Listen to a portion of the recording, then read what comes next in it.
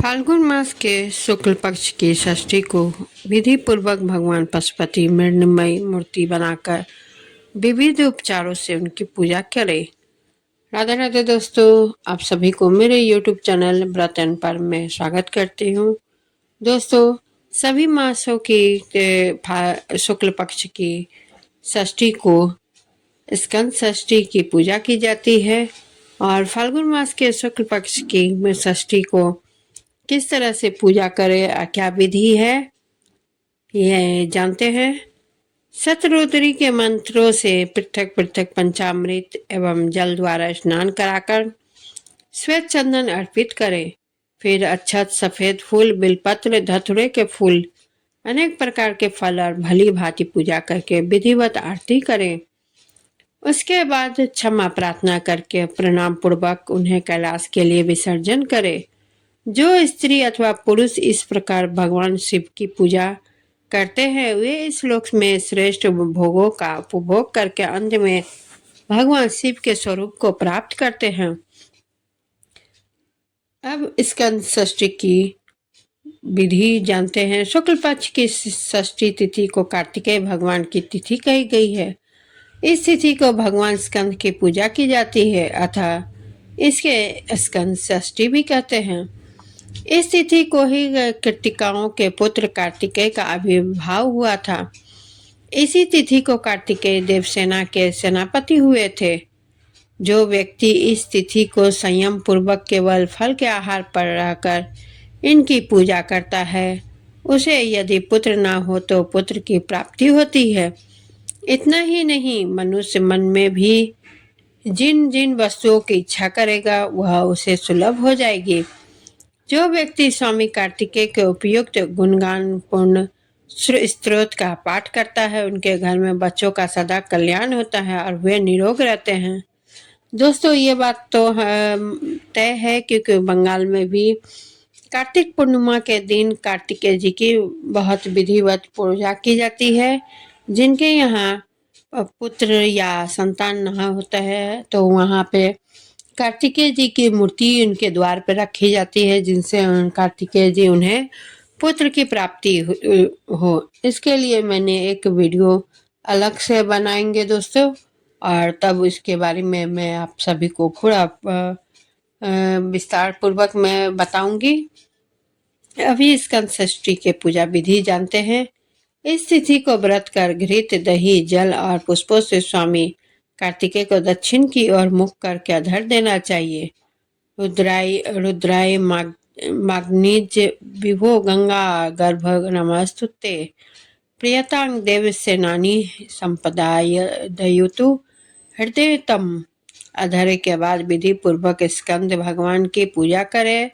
तत्पश्चात दोनों हाथ जोड़कर निम्न प्रकार से भगवान कार्तिकेय की स्तुति करें। प्रभु, आप भगवान शंकर के पुत्र हैं। आप षण्मुख स्कंद विशेषव कुकुट ध्वज पावकी शत्रुओं को कंपित करने वाले कुमारेश, बालग्रहाणुक शत्रुओं को परास्त करने वाले, कंजक विध्वंसक पर्वतों को जो आसमान में स्थित है विदीर्ण, कृतिका नंदन शिव कुमार भूतों तथा ग्रहों के स्वामी अग्नि नंदन तथा भूत भावन भगवान शंकर की संतान है। त्रिलोचन, आपको हमारा नमस्कार है। जो व्यक्ति स्वामी कार्तिकेय के उपरोक्त गुणगान नाम पूर्ण स्तोत्र का पाठ करता है उसके घर में बच्चों का सदा कल्याण होता है और वे निरोग रहते हैं। स्कंद षष्ठी की महत्तम इस प्रकार है। इस व्रत के करने से भगवान स्कंद की कृपा से सिद्धि, धृति, तुष्टि, राज्य, आयु, आरोग्य और मुक्ति मिलती है। जो मनुष्य उपवास ना कर सके वह रात्रि व्रत ही करे, तब भी उस मनुष्य को दोनों लोकों का उत्तम फल की प्राप्ति होती है। जो मनुष्य भक्ति पूर्वक श्रवण करता है तो स्कंद षष्ठी के व्रत की कथा का, वो भी कार्तिक की कृपा से विविध उत्तम भोग, सिद्धि, तुष्टि, धृति और लक्ष्मी को प्राप्त करता है। परलोक में वह उत्तम गति का अधिकारी होता है। स्कंद षष्ठी। अब हाथ में एक फूल लेकर स्कंद षष्ठी की कथा सुने। सृष्टि का विस्तार हो जाने पर देवताओं और दानवों में एक दूसरे को परास्त करने की इच्छा से सदा युद्ध होने लगा। दैत्यों के सेनाध्यक्ष बड़े बलवान थे, उनके बल की कोई सीमा न थी। उस घोर संग्राम में देवता दानवों के तीक्ष्ण बाणों से प्रतिदिन हार जाते थे। उनकी पराजय देखकर देवगुरु बृहस्पति जी ने कहा, देवताओं, तुम्हारी सेना का कोई सेनाध्यक्ष नहीं है और केवल इंद्र से इस सेना की रक्षा नितांत असंभव है। अतः तुम लोग अपनी सेनाध्यक्ष का खोज करो, शीघ्र, वो भी शीघ्र से शीघ्र करो।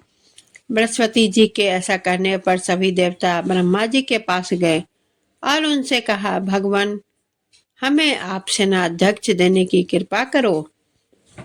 इसके बाद ब्रह्मा जी सभी देवताओं के साथ भगवान शंकर के पास कैलाश पर्वत पर गए। वहां पशुपति भगवान शंकर की सभी देवताओं ने स्तुति की और कहा, देवेश, दानवों के वध के लिए आप हमें सेनाध्यक्ष प्रदान करें। तब भगवान शंकर ने कहा, देवगण, आप लोग स्वस्थ एवं निश्चित हो जाए, मैं आप लोगों को सेनापति दूंगा। राजन, यूं कहकर भगवान रुद्र ने देवताओं को जाने की आज्ञा दे दी और पुत्र उत्पत्ति के निमित्त शक्ति को प्रेरित किया, जिससे भगवान स्कंद कुमार का जन्म हुआ। स्कंद कुमार का जन्म शुक्ल पक्ष की षष्ठी तिथि को हुआ है।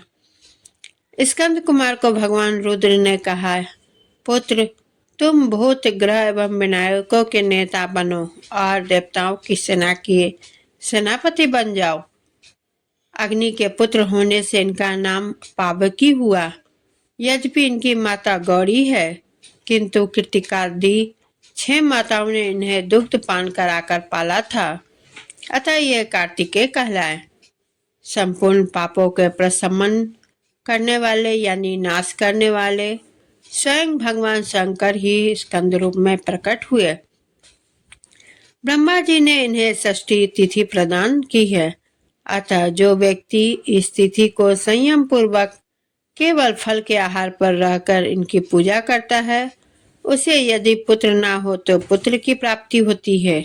इतना ही नहीं, मनुष्य मन से भी जिन जिन वस्तुओं की इच्छा करेगा वह उसे सुलभ हो जाएगी।